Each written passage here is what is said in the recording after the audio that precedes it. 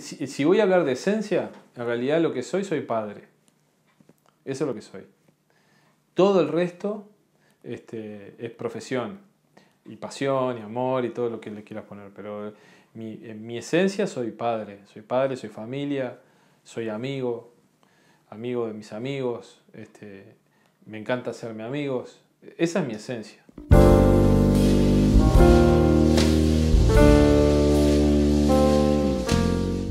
Yo empiezo con la música antes de tener un instrumento. Realmente yo me soñaba, me imaginaba músico. No tengo familiares directos que sean músicos, sí mi tío político, que fue bajista de una banda en los años 60, pero en realidad no tenía vínculo porque vivía en España, pero sí lo que pasó es que mi tío político de alguna forma, indirectamente, por mi padrastro, me vinculó al bajo eléctrico. Pero eso pasó varios años después. Yo siempre me imaginé haciendo música, hasta que un día, bueno, con varios amigos de la cuadra quisimos hacer una banda y éramos tres y los tres queríamos tocar la guitarra y no había espacio para los tres y bueno, y ahí fue que en mi casa me dijo, ¿por qué no te dedicas al bajo? No tenía bajo, entonces tocaba en una guitarra haciendo las veces de bajo. De casualidad, pero con muchísimo esfuerzo. O sea, de casualidad llegué a vivir de la música, que eso es una cosa compleja, pero con un esfuerzo tremendo en base a estudiar, a perseverar. He logrado llegar a eso. Yo considero que la música es una circunstancia en mi vida. Por eso yo decía que por casualidad llegó. Que me encanta, que me apasiona, que le metí y le meto mucho, estudio todos los días, hace muchísimos años, no dejo de estudiar un solo día, si no estudio ese día me amargo, pero mi esencia soy lo anterior, padre, pareja, amigo, eso es lo que soy.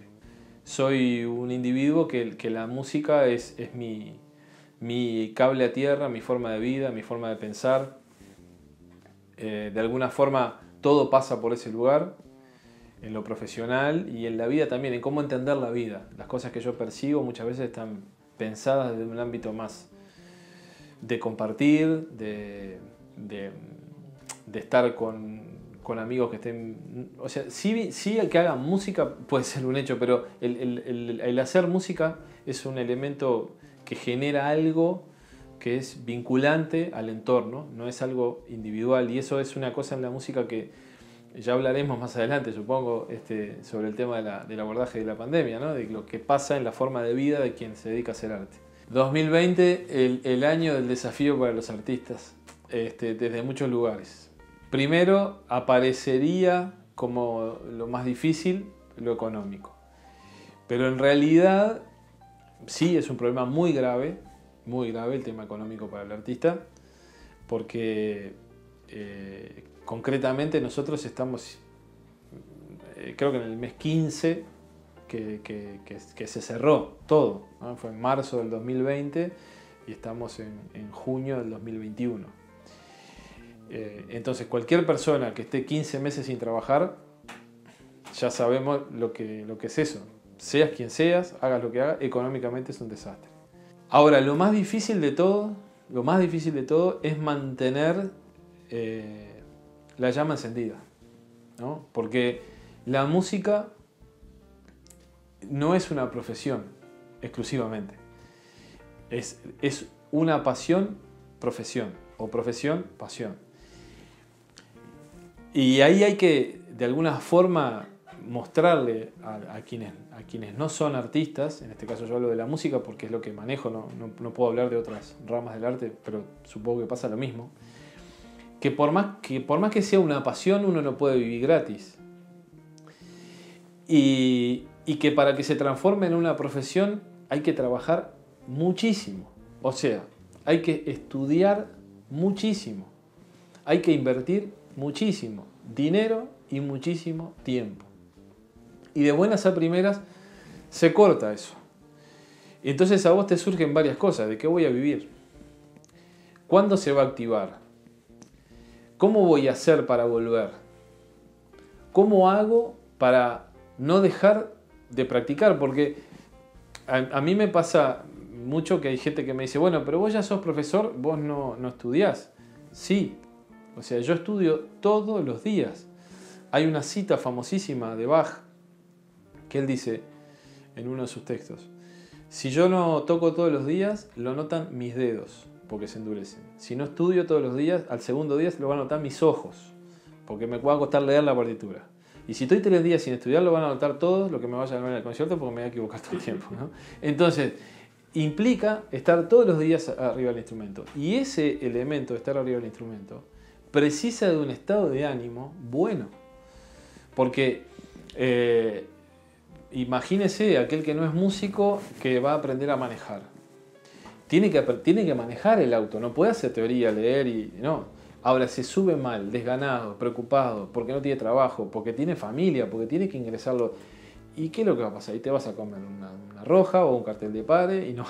Entonces, hay que, yo creo que ahora hablando, en mi caso personal, yo me considero músico profesional desde el día que pude sostener mis gastos y pagarme el alquiler, la luz y el teléfono. Que yo pongo una fecha que es 1998. Pero yo ya venía trabajando de antes, pero ahí empiezo a poder vivir de esto realmente. Y creo que el 2020 es el año que a mí me mostró que realmente es mi pasión. Porque yo no he dejado de tocar un solo día. Es más, este año hice 3 cursos con un músico argentino para aprovechar el tiempo para seguir haciendo lo que quiero hacer. Eso fue el 2020.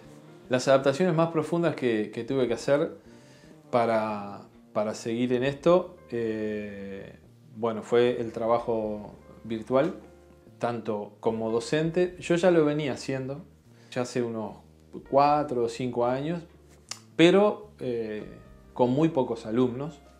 Pero bueno, yo tengo algunos alumnos fijos en el interior, y lo venía haciendo.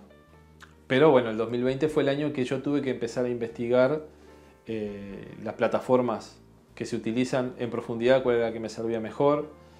Encontré una plataforma, que es la más famosa de todas, no le vamos a hacer daño a Zoom, y ahí, por ejemplo, descubrir cómo hacer para que no se sature, para que no se bloquee, para que pueda el instrumento del otro lado, para que simultáneamente puedas hablar y sonar y que no se corte. Los primeros meses fue terrible.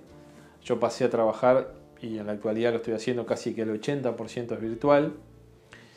Y después también pasé a trabajar virtual las grabaciones como sesionista. Grabé mucho, pero en mi home studio y mandando al estudio a que se arme. Eso, o sea, como músico, el desafío es la virtualidad. Eso vino para quedarse, porque además a mí, por ejemplo, me pasó el año pasado que le di clase a un norteamericano interesado en candombe, que estaba en Boston. Le di clase a una colombiana, a una bajista colombiana, y eso ya todo lo tomamos. Yo, de hecho, este año tomé clases y hice 3 cursos virtuales. ¿Qué es lo que más extraña de tocar en vivo? Y acá parecería como una obviedad, tocar en vivo, pero no siempre, porque eso es algo que trajo el 2020. Por ejemplo, nosotros hicimos el Cosquín Rock el año pasado y tocamos sin público. Y vos decís, eso, o sea, tocamos en vivo, ¿en qué sentido? Que no grabamos y después editamos. Lo que salió, salió, pero no había público. Entonces, no es lo mismo. O sea, tocar en streaming no es lo mismo. Vos terminás de tocar y sentís esa reverb que viene del teatro, que está vacío. Cuando vos estás tocando con gente es seco, ¿no? La música va y vos sentís ese golpe en el público. Después terminás de tocar y la devolución. En los streaming tenés la generosidad de los técnicos que te aplauden. Escuchás 2 aplausos, ¿no? Entonces ellos lo hacen para darte para adelante, porque vos tenés que estar como si estuvieras con la gente. Entonces, bueno, ahí también ya cae por su propio peso eso, ¿no? La interacción con la gente. Cuando vos tocas y haces música y vos ves la cara de la gente, es fabuloso, porque hay momentos que vos estás tocando y ves a las personas y vos te das cuenta que los tipos se fueron de su realidad. Y es una forma un poquito de ahí podrías explicar a alguien qué es la pasión por la música, a dónde te lleva la música.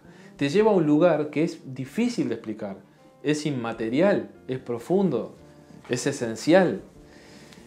Y lo otro que extraño muchísimo, muchísimo, muchísimo, que es de las cosas que más me gusta, es ir a cenar después con los compañeros después de tocar. Aunque parezca una locura, pero el otro día lo hablábamos con el zurdo, esa cosa en el antes, estar comiendo algo, tomando algo, charlando, divirtiéndonos, subir y después saber que nos vamos todos juntos a comer algo, aunque sea, no importa lo que sea.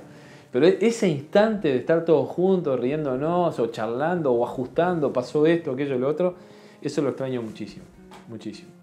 Bueno, puedo contar una anécdota que me pasó acá en mi casa. Yo vivo en una casa que tiene, no sé cómo decirlo, un piso y medio.